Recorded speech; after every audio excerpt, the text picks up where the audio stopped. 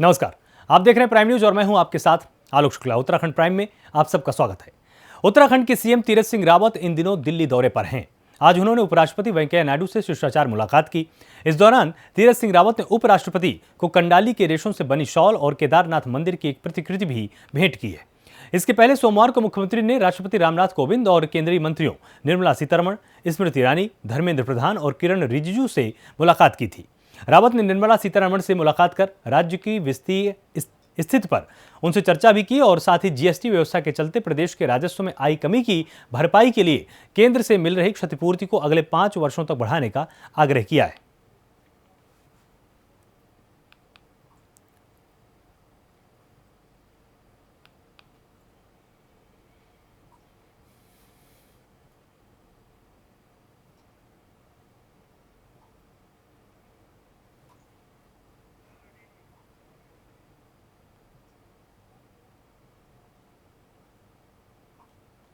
मुख्यमंत्री तीरथ सिंह रावत ने नरेंद्र सिंह तोमर से मुलाकात की और मुख्यमंत्री ने कहा कि राज्य सरकार द्वारा उत्तराखंड को ऑर्गेनिक स्टेट बनाने के लिए गंभीरता से प्रयास किए जा रहे हैं।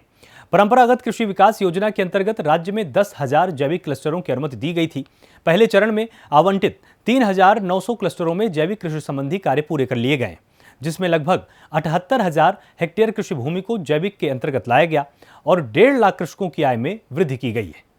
तो तीरथ सिंह रावत कि नरेंद्र सिंह तोमर के साथ मुलाकात हुई। उत्तराखंड को ऑर्गेनिक स्टेट बनाने के प्रयास किए जा रहे हैं, इसकी जानकारी तीरथ सिंह रावत ने दी है।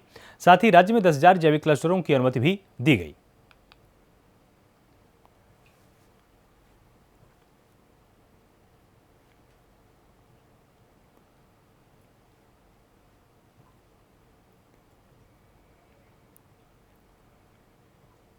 वहीं कैबिनेट मंत्री यशपाल आर्य ने बाजपुर विधानसभा और काशीपुर के कुंडेश्वरी क्षेत्र के लोगों को 8 करोड़ की सड़कों की सौगात दी गई है। कैबिनेट मंत्री ने काशीपुर के कुंडेश्वरी क्षेत्र में 8 करोड़ की सड़कों का शिलान्यास और लोकार्पण किया गया।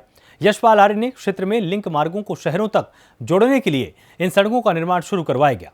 इस मौके पर उन्होंने क्षेत्र में कोविड के दौरान आर्थिक रूप से टूट चुके लोगों को राशन भी वितरित किया है। तो आर्थिक रूप से टूट चुके लोगों को राशन बांटा गया है और साथ ही सड़कों का शिलान्यास और लोकार्पण भी किया गया।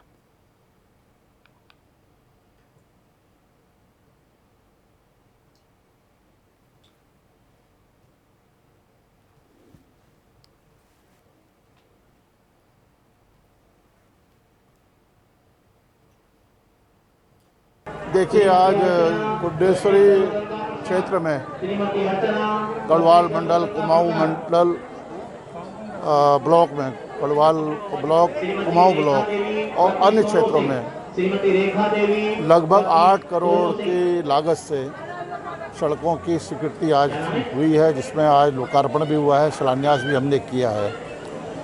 और आज विभिन्न क्षेत्रों में कुछ मांगे भी आई हैं, उनका भी समयबद्ध तरीके से उनका भी हम निर्माण करेंगे। इस क्षेत्र में लगातार हमने काम किया है, विकास को एक नया आयाम दिए हैं, जन समस्याओं के निराकरण में कहीं कोई कोताही नहीं हुई है। आज मैं कह सकता हूँ यह क्षेत्र विकसित हो चुका है। यहाँ पर जो समग्र विकास की परिभाषा है, जो चौमुखी विकास की परिभाषा है, वो परिलक्षित होती है। यहाँ पर आज मेरा मानना है कि यहाँ पर एक सड़कों का एक जाल सा बिछा है। अब हमारा ये है कि जो संपर्क मार्ग हैं, जो लिंक रोड्स हैं, जो गांव को शहर से जोड़ती हैं, उन सड़कों पर हमारा पूरा फोकस है। उसी दिशा में आज हमने यहाँ पर लोकार्पण और शिलान्यास कार्यक्रम आयोजित किए हैं। उसके अलावा आज हमारा कोविड से जो हमारे परिवार जिनके आर्थिक रूप से कमज़ोर परिवार हैं, उनको भी आज हम राशन वितरण कर रहे हैं। हमें सेंचुरी पेपर मिल का भी सहयोग मिला है और कल भी एक कार्यक्रम, खाद्यान्न वितरण का कार्यक्रम कल भी यहाँ पर हम होगा। खाद्य वितरण कल भी हम करेंगे। वहीं अल्मोड़ा की सल्ट विधानसभा इलाके में स्वास्थ्य सुविधाओं से जुड़ी समस्याओं को लेकर निरीक्षण किया गया। इस बीच सामुदायिक स्वास्थ्य केंद्र देवालय अस्पताल का निरीक्षण किया गया। वहीं जानकारी के मुताबिक कोरोना को ध्यान में रखते हुए अस्पताल के परिसर के आसपास साफ सफाई बनाए रखने के निर्देश दिए गए। साथ ही डॉक्टर्स को अपनी जिम्मेदारी निभाने के निर्देश दिए गए। साथ ही सख्त रूप से कहा गया कि अस्पताल आए मरीजों का जल्द से जल्द इलाज किया जाना चाहिए।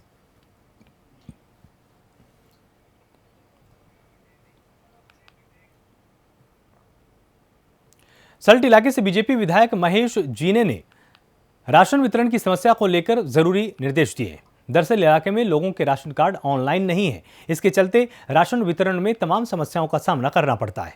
वहीं इन समस्याओं को दूर करने के लिए विधायक ने अधिकारियों के साथ एक मीटिंग भी की और लोगों की समस्याओं को दूर करने का निर्देश दिया है। तो राशन वितरण में यहां पर तमाम समस्याएं देखने को मिली हैं और अधिकारियों के साथ मीटिंग की गई है। समस्याएं दूर करने के यहां पर निर्देश भी सल्ट के अंदर दिए गए हैं।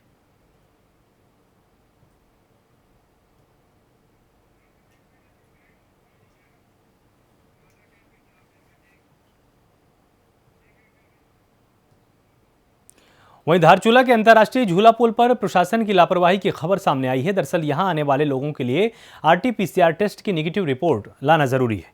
साथ ही पुल पर आवागमन के लिए 2 बजे तक का वक्त निर्धारित किया गया है, लेकिन इसके बावजूद तमाम आदेशों की अनदेखी हो रही है।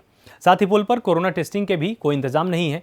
वहीं इस मामले की जानकारी मिलने के बाद उप जिलाधिकारी अनिल कुमार शुक्ला ने जरूरी कार्रवाई के निर्देश दिए।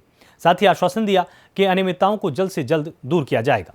तो अंतर्राष्ट्रीय झूला पुल पर लापरवाही का मामला सामने आया और गाइडलाइन का यहां पर ख्याल नहीं रखा जा रहा है। कोरोना टेस्ट का भी कोई इंतजाम नहीं है।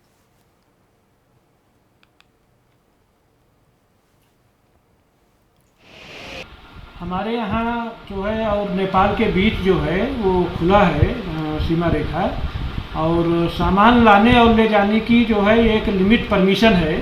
उससे अधिक सामान यदि जाता है या आता है तो उस पर जो है नियमानुसार जो है चार्ज किया जाता है। अब हम कस्टम विभाग से पूछेंगे कि ऐसा जो है क्यों हो रहा है और इसकी जांच कराएंगे और कार्रवाई करेंगे। रुड़की से विधायक प्रदीप बत्रा का मसूरी घूमते वक्त चालान कटने का एक वीडियो वायरल हो रहा है। वहीं वीडियो को लेकर लोग तरह तरह की टिप्पणी भी लगातार कर रहे हैं। इन टिप्पणियों से विधायक प्रदीप बत्रा खासे नाराज नजर आ रहे हैं। उनका कहना है कि मसूरी में तैनात पुलिसकर्मी और उनके कुछ साथियों की हरकतों से उन्हें बदनाम करने की साजिश रची जा रही है, जिसे वो कतई बर्दाश्त नहीं करेंगे। इस बीच विधायक प्रदीप बत्रा ने अपनी सफाई देते हुए कहा कि जो वीडियो वायरल की जा रही है उस वीडियो का पहला पार्ट नहीं दिखाया जा रहा, बल्कि आखिर का कुछ हिस्सा वायरल करके उनको बदनाम किया जा रहा है। वहीं विधायक ने दावा किया कि उन्होंने पूरे वक्त मास्क पहनकर रखा था और वो अपने परिवार के साथ घूमने के लिए निकले थे। इस बीच वो सोशल डिस्टेंस का भी पूरा ध्यान रख रहे थे, लेकिन वहां मौजूद दरोगा ने उनके साथ बदतमीजी की।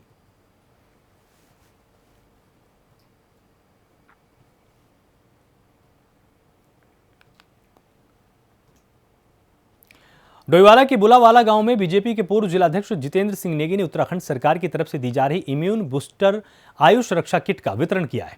जितेंद्र सिंह नेगी ने यह किट गांव की महिलाओं को पुरुषों को दी है और साथ ही आपको बताएं कि इस बीच उन्होंने लोगों से कोविड प्रोटोकॉल का पालन करने की अपील भी की। साथ ही लोगों को सरकार की तरफ से दी जा रही आयुष रक्षा किट के फायदे भी बताए। इस बीच जितेंद्र सिंह नेगी ने कहा कि कोरोना के केस कम जरूर हुए हैं, लेकिन खतरा अभी खत्म नहीं हुआ। वहीं उन्होंने बताया कि किट में दी जाने वाली गोलियां शरीर की रोग प्रतिरोधक क्षमता बढ़ाने के साथ ही कोविड से बचाव भी करने वाली हैं।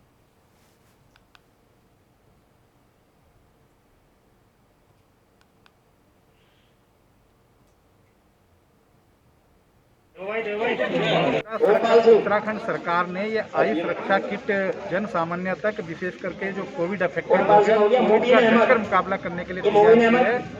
तो हम इन किटों को जन सामान्य को वितरित कर रहे हैं ताकि इनसे मनुष्य की रोग प्रतिरोधक क्षमता बढ़े और उसको कोरोना छुए तक नहीं, इसलिए इन किटों का वितरण कराया जा रहा है। तो हमारा लगभग डोईवाला विधानसभा में हमने 4,000 या 5,000 का और हमारा प्रयास रहेगा कि लोग इनका सेवन करें, का उपयोग करें, कोरोना का डटकर मुकाबला करें। हमारा प्रयास रहेगा। सरकार से भी हम निवेदन करके ये आयुष रक्षा किट और प्राप्त करेंगे ताकि कोशिश करेंगे कि जन सामान्य तक प्रत्येक व्यक्ति को किटें पहुंचे और हमारे प्रदेश के प्रत्येक व्यक्ति की इम्यूनिटी बढ़ सके और वो कोरोना का मुकाबला कर सके। सामान्य से जनता से निवेदन करूंगा कि कोविड जो गाइडलाइंस है उसका पूरा पालन करें, सोशल डिस्टेंसिंग अपनाएं, मास्क लगाएं। टिहरी के मुख्य विकास अधिकारी IAS नमामि बंसल पदभार संभालते ही एक्शन में आ चुकी हैं। आपको बता दें कि नमामि बंसल ने टिहरी गढ़वाल के CDO का पदभार संभालते ही सभी विभागों की समीक्षा बैठक लेनी शुरू कर दी है। तो नमामि बंसल ने पदभार संभाला है और गढ़वाल की CDO बनी है नमामि बंसल।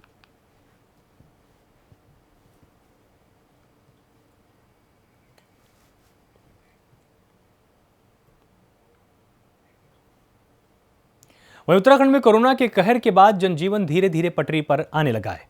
धीरे धीरे सरकार बाजार को एहतियात के साथ खोलने की मंजूरी दे रही है, लेकिन अभी भी कुछ चीजों पर पाबंदी लगी हुई है और ऐसे में रुद्रपुर में जिम संचालकों ने जिलाधिकारी कार्यालय पहुंचकर जिलाधिकारी को सरकार के नाम एक ज्ञापन सौंपा और सरकार से शर्तों के साथ जिम खोलने की मांग की है।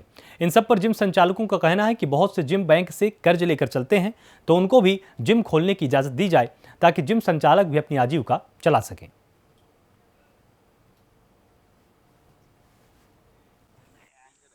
सब जगह व्यापार खुला हुआ है, 30 से 40% सब जगह पे व्यापार खुला हुआ है, तो हमारे जिम के साथ ही क्यों नाइंसाफ़ी हो रही है। पूरा व्यापार खुल रखा है, जिम को आपने अलग रख दिया, व्यापार मंडल से जिम को उठा के आपने अलग कर दिया है। हम चाहेंगे कि जो फर्स्ट अनलॉक आ रहा है उसमें भी 30 से 40% हमारे जिमों को भी इजाज़त मिले कि हमारे जिम खुलने की परमिशन मिले। नहीं तो पिछले कोरोना से अभी तक जिम वाले अपना लोन माफ़ नहीं करवा पाए, अपना कर्जा माफ़ नहीं करवा पाए, फिर से उनके ऊपर आपदा आ गई है इस तरीके की कि हाँ वो अपना कर्जा फिर से उनके ऊपर चढ़ा पड़ा है किरायों का। तो आज आपने किस तरीके से मांग की है? हमने यही कहा है कि फर्स्ट अनलॉक में हमें भी परमिशन मिले, जब दूसरे व्यापार चल रहे तो हमारे जिम को क्यों नहीं व्यापार माना गया, जिम को क्यों इन्होंने अलग रख दिया है। हम नहीं चाहते कि सरकार इस बार भी हमारे साथ नाइंसाफ़ी करे कि लोग सुसाइड करने में पिछली बार भी मजबूर हो गए थे, कि इस बार भी कोई ऐसा दुखद घटना हो हमारे साथ। हमने डीएम के माध्यम से मुख्यमंत्री जी को ज्ञापन भेजा है कि फर्स्ट अनलॉक में हमारे जिम को भी खुलवाया जाए। रुड़की की एक बेटी ने, जिसने माया नगरी मुंबई में अपनी पहचान से रुड़की का ही नहीं बल्कि पूरे उत्तराखंड का गौरव बढ़ाया है। बता दें कि रुड़की के हनुमान कॉलोनी में रहने वाली एक बेटी लंबे समय से बॉलीवुड और साउथ की फिल्मों में अपनी अदाकारी के जलवे बिखेर रही है।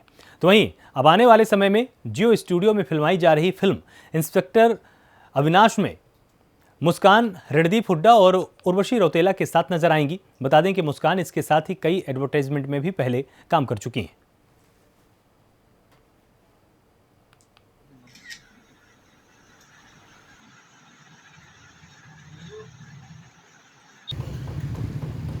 मुस्कान वर्मा है और मैं बॉम्बे में रहती हूँ। मैं एक आर्टिस्ट हूँ और मैं अभी एक शो कर रही हूँ इंस्पेक्टर अविनाश मिश्रा, और एक एल्बम करके आई हूँ मनाली में। अब तक जो है कितने ऐसे रोल में आपने काम किया है और कितना अनुभव रहा है आपको? मुझे बॉम्बे में 4 साल हो गया और 4 साल में मुझे सबसे पहले टाटा स्काई का ऐड मिला था। उसके बाद एक सीरियल मिला राधा कृष्णा, स्टार भारत पे आता है जो, अभी मैंने वो छोड़ दिया क्योंकि उसके बाद मुझे एक फिल्म मिल गई थी साउथ की, वो रिलीज़ नहीं हो पाई, अभी कुछ प्रॉब्लम हुई होंगी। उसके बाद मैंने एक राकेश सावंत करके डायरेक्टर हैं जो राखी सावंत के भाई हैं, उन्होंने एक पिक्चर बनाई है विश पॉइजन, उसमें मैंने काम किया है। किचा क्षेत्र में लगातार हो रही चोरियों के विरोध में व्यापारियों में स्थानीय लोगों में आक्रोश था। वहीं पुलिस ने कुछ दिनों में लगातार क्षेत्र में हुई चोरियों की घटनाओं का पर्दाफाश कर दिया है। पुलिस को चोरी की घटनाओं पर लगाम लगाने और चोरों को पकड़कर जेल भेजने से खुश हुए व्यापारियों ने पुलिस को सम्मानित किया है। इस दौरान व्यापारियों ने कहा कि पुलिस ने अच्छा काम करते हुए क्षेत्र में बढ़ रही चोरियों को रोकने में सफलता हासिल की है, जिससे क्षेत्र में शांति का माहौल है। तो चोरी की घटनाओं को लेकर लोगों में आक्रोश है और चोरियां रोकने में पुलिस को बहुत ज़्यादा कामयाबी मिली है। पुलिस ने चोरों को जेल भी भेजा और व्यापारियों ने पुलिस के कामों को सराहा भी है।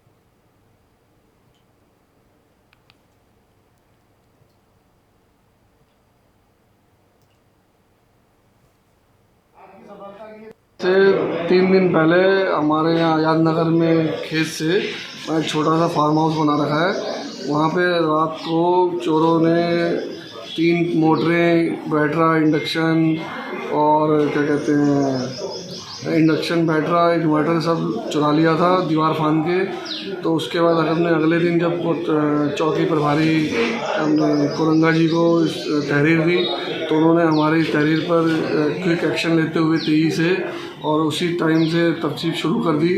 और उन्होंने अपनी इस तफ्तीश में इतनी तेज़ी से काम किया कि अगले दिन ही उन्होंने 4 चोरों को पकड़ के उनसे सारा माल बरामद कर लिया। और उनकी इस तेज़ी में हमने उनको प्रशंसा के पात्र होते हुए उनको बधाई देते हुए आज उनको कोतवाली में सम्मानित किया।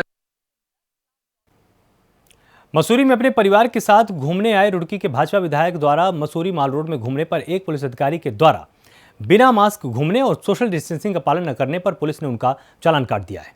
इसके बाद पुलिस और विधायक के बीच जमकर झड़प भी हुई है। काफी देर तक ये बहस चलती रही, जिसका वीडियो भी वायरल हो रहा है।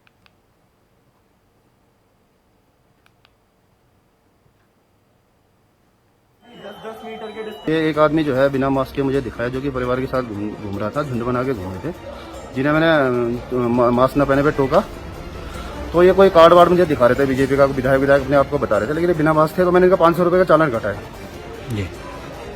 नहीं, उसके बाद वो कुछ बता रहे थे कि मैं विधायक हूँ, ये हूँ। हाँ, मैं विधायक हूँ, और थोड़ा सा हमारे साथ जो है वो बदतमीजी टाइप की करने लग गए। उनका लड़का भी कुछ जो है इस तरह की बदतमीजी करने लगे, फिर पैसा फेंके, यहाँ से चले गए। वहीं टिहरी के जड़धार गांव वालों को अब जल्द ही मां सरकंडा मंदिर और सड़क की सुविधा मिल पाएगी। बता दें कि मेरा गांव मेरी सड़क योजना के अंतर्गत सड़क का निर्माण कार्य शुरू हो चुका है और ऐसे में क्षेत्रीय जनप्रतिनिधियों ने पूजा अर्चना और मिष्ठान वितरण कर सड़क का निर्माण कार्य शुरू करवाया है। तो जड़धार गांव वालों को एक बड़ी सौगात मिल गई है। सड़क निर्माण का काम शुरू हो चुका है और क्षेत्रीय जनप्रतिनिधियों ने यह काम शुरू करवाया है।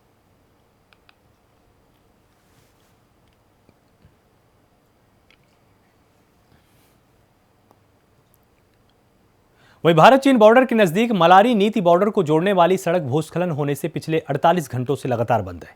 बीआरओ आपदा प्रभावित रैणी से निर्मित वैली ब्रिज को बचाने की कवायद में जुटी ही थी कि मूसलाधार बारिश ने रैणी वल्ली के पास तकरीबन 30 मीटर सड़क को ही पूरी तरह से ध्वस्त कर दिया। सड़क ऐसी जगह पर ध्वस्त हुई है वहां पर ऊपर की ओर बिना भूमि कटाव के सड़क का निर्माण नहीं किया जा सकता है। तो भूस्खलन होने से रास्ता रुक गया है। मलारी नीति बॉर्डर पर भूस्खलन हुआ और बारिश की वजह से 30 मीटर सड़क धंस गई है।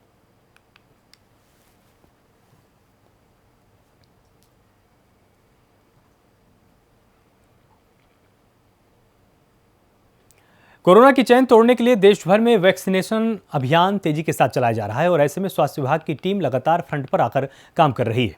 तो वहीं शिकारपुर गांव में स्वास्थ्य विभाग की ओर से कोविड टेस्ट किए गए, जहां बड़ी संख्या में लोग कोविड पॉजिटिव पाए गए। अधिक संख्या में पॉजिटिव आने पर स्वास्थ्य महकमे से लेकर प्रशासन और ग्रामीणों के बीच में हड़कंप की स्थिति बनी हुई है।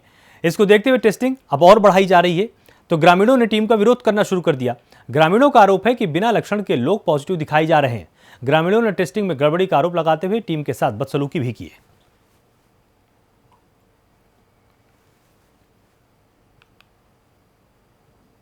वहीं जोशीमठ की दूरस्थ उर्गम घाटी में ग्रामीण युवाओं का वैक्सीनेशन का कार्य शुरू हो चुका है। 18 से 45 साल के युवाओं के लिए उर्गम घाटी के अतिरिक्त स्वास्थ्य केंद्र को पहली बार वैक्सीनेशन सेंटर बनाया गया है। इसके लिए युवाओं ने स्वास्थ्य विभाग का आभार भी व्यक्त किया। आज इस केंद्र पर 100 युवाओं को पहली डोज दी गई है।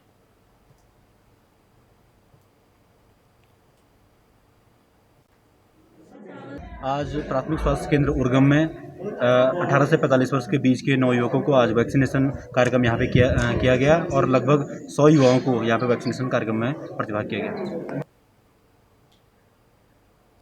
उत्तराखंड में 15 जून से 22 जून तक कोरोना कर्फ्यू बढ़ाए जाने के बाद मसूरी में व्यापारियों में भारी आक्रोश पनप रहा है। इसको लेकर Mussoorie traders and welfare association के अध्यक्ष रजत अग्रवाल के नेतृत्व में व्यापारियों ने घंटाघर चौक पर सांकेतिक धरना प्रदर्शन किया। वहीं सरकार पर व्यापारियों की अनदेखी करने का आरोप लगाया गया। Mussoorie traders and welfare association के अध्यक्ष रजत अग्रवाल और महामंत्री जगजीत कुकरेजा ने कहा कि मसूरी का पर्यटन सीजन शुरू हो चुका है। ऐसे में सरकार द्वारा मसूरी में RT-PCR की नो कोविड सर्टिफिकेट लेन के बाद अन्य राज्यों से पर्यटकों को मसूरी बुलाया जा रहा है, लेकिन बाजार बंद होने के चलते व्यापारियों के साथ पर्यटकों को भी भारी दिक्कतें आ रही हैं।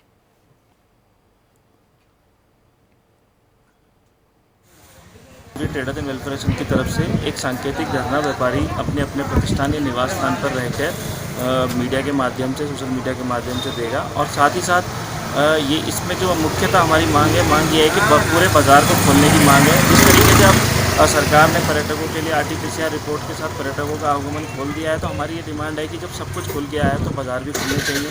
साथ ही साथ जितने पर्यटक स्थल हैं वो भी खुलने चाहिए, क्योंकि जब पर्यटक बाहर से आता है और उसे बाज़ार बंद मिलता है और साथ ही साथ जब पर्यटक स्थल बंद रहेंगे तो उसे बड़ी निराशा का सामना करना पड़ता है। तो इसको देखते हुए हम सरकार से ये मांग करेंगे कि बाज़ार को नियमित स्तर पर खोला जाए। रोज़ एक निश्चित समय के लिए रोज़ बाज़ार खुले, सभी दुकानें खुलें। और साथ ही साथ ये भी डिमांड करेंगे कि खाली बाज़ार ही ना खुले, क्योंकि आर्थिक तौर पे व्यापारी एकदम टूट चुका है, उसका सब्र का बांध भी टूट चुका है। साथ साथ सरकार से डिमांड करेंगे कि व्यापारी को एक आर्थिक पैकेज दे, जिसमें उसको बैंकों से जो ऋण पे ब्याज लग रहा है ब्याज माफ़ करा जाए, बिजली पानी के बिल उसे माफ़ करे जाएँ।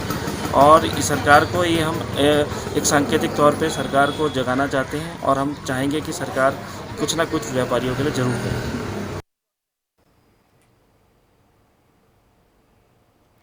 लालकुआं में पुलिस ने 3 युवकों को 2 बंदूक और 1 तमंचे के साथ गिरफ्तार किया है। पकड़े गए आरोपियों के पास से जिंदा कारतूस और खोखे भी बरामद हुए। गिरफ्तार किए गए 2 आरोपियों में एक बिंदु खत्ता का रहने वाला है, जबकि एक पंतनगर की चकफेरी कॉलोनी का रहने वाला है। हमको कुछ समय से सूचना मिल रही थी कि कोई यहाँ अवैध असलों के साथ यहाँ लोग रहते हैं और किसी क्राइम करने की फिराक में। इस सूचना पर जब हमारे द्वारा एक टीम लगाई गई, टीम को कल शाम सूचना मिली लेट आवर में कि 3 लोग हैं जो बाइक पे हैं और वो शमशान घाट के पास असलों के साथ हैं और किसी बड़ी घटना करने की फिराक में। इस सूचना पर हमारी टीम ने वहाँ घेराबंदी की। घेराबंदी करने के बाद उन लड़कों को पकड़ा। तो तीनों लड़कों के पास से 2 12 बोर की बंदूकें, एक 315 बोर का तमंचा और भारी मात्रा में कारतूस बरामद हुए हैं। उन लोगों को गिरफ्तार करने के बाद थाने लाए और नियमानुसार मुकदमा पंजीकृत किया करके उनको जेल भेजा जा रहा है। कौन लोग, कितने लोग शामिल हैं, कहाँ के रहने वाले हैं? इसमें 3 लोग बेसिकली मिले हैं, जिनमें एक सूरज नाम का लड़का है, ये पंतनगर का रहने वाला है, एक गंगा है और एक प्रताप, ये हमारे बिंदु खत्ता का रहने वाले हैं, जिन लोगों से असला बरामद हुआ। धारा से मुकदमा दर्ज किया है। इनके खिलाफ अवैध शस्त्र रखने की धारा आर्म्स एक्ट के अनुसार कार्रवाई की गई है, उसमें मुकदमा पंजीकृत किया गया है। जी, जिस तरह से धीरे धीरे अनलॉक की प्रक्रिया बढ़ रही है तो आपराधिक गतिविधियां बढ़ने की संभावना भी है।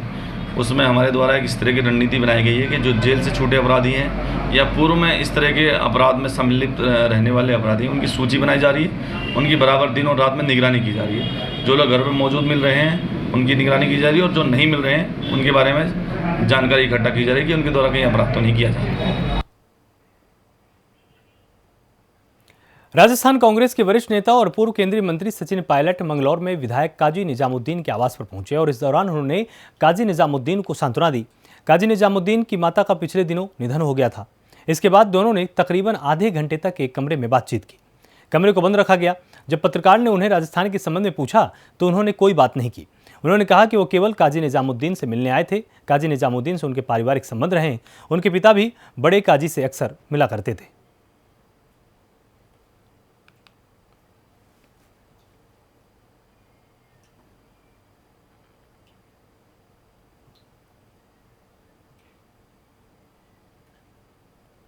वहीं रुद्रपुर में प्रदेश की सरकार को जगाने के लिए प्रांतीय उद्योग व्यापार मंडल ने एक अनोखा तरीका अपनाया है। व्यापारियों ने सड़क पर सांकेतिक रूप से लोन मेला लगाकर सरकार से बाजार खोलने की मांग की है। इस दौरान व्यापारियों ने राशन, दुकान का किराए के लिए व्यापारियों को लोन दिया और व्यापार मंडल अध्यक्ष संजय जुनेजा ने कहा कि व्यापारी बाजार बंद होने से आर्थिक परेशानी से जूझ रहा है। सरकार ने 15 जून के बाद बाजार खोलने का वादा किया था, लेकिन 3 दिन बाजार खोलने का आदेश जारी कर व्यापारियों के साथ अन्याय किया गया है। आज हम लोगों ने सरकार को एक बार फिर से जगाने का प्रयास करा है। हमने लगातार आंदोलन करा, प्रदर्शन करा पूरे प्रदेश के अंदर। हमारी जो पूरी 376 इकाइयाँ, व्यापार में 376 इकाइयाँ हमारी, आज उन सब लोगों ने पूरा प्रदर्शन करा। आपके कान पे जू नहीं रहेंगी, सरकार के कान पे जू नहीं रहेंगी। आज हमने कहा अब अभी कल फिर एक SOP जारी हो जाती है कि भाई अब ये 22 तक हमारा कर्फ्यू बढ़ गया। हम कहना चाहते हैं कि आप हमें मारना चाहते हो, क्या करना चाहते हो? जब हमारे यहाँ केस नहीं है तो आप हमारी दुकान खुलवा दीजिए, हमारा बाजार खुलवा दीजिए। हम तैयार हैं, जो आप SOP जारी करेंगे हम उसके लिए तैयार हैं, जो शर्तें होंगी उसके लिए तैयार हैं। पर इसका मतलब ऐसा तो नहीं कि हमारा गला घोट दो। हम व्यापारी गला घोटता हुआ मरना वो नहीं देखना चाहते। आज हम लोगों ने सरकार पे तंज कसते हुए एक लोन मेला लगाया है। हम सरकार से कहना चाहते हैं आप जाग जाओ, कहीं ऐसा ना हो कि व्यापारी खुद से जाग जाए और व्यापारी खुद से शटर उठा दें। रुद्रपुर में जमीन के विवाद में सगे 2 भाइयों की गोली मारकर हत्या कर दी गई और हत्या की सूचना पर पुलिस में हड़कंप मच गया। आनंद फानन में मौके पर पहुंचे पुलिस अधिकारियों ने घटना की जानकारी ली। इसके बाद आरोपित के घर पर दबिश दी गई, मगर आरोपित परिवार के सदस्य वहां से गिरफ्तार हो गए। पुलिस आरोपितों के संभावित ठिकानों पर लगातार दबिश दे रही है और फॉरेंसिक टीम ने घटनास्थल पर पहुंचकर साक्ष्य भी इकट्ठा किए।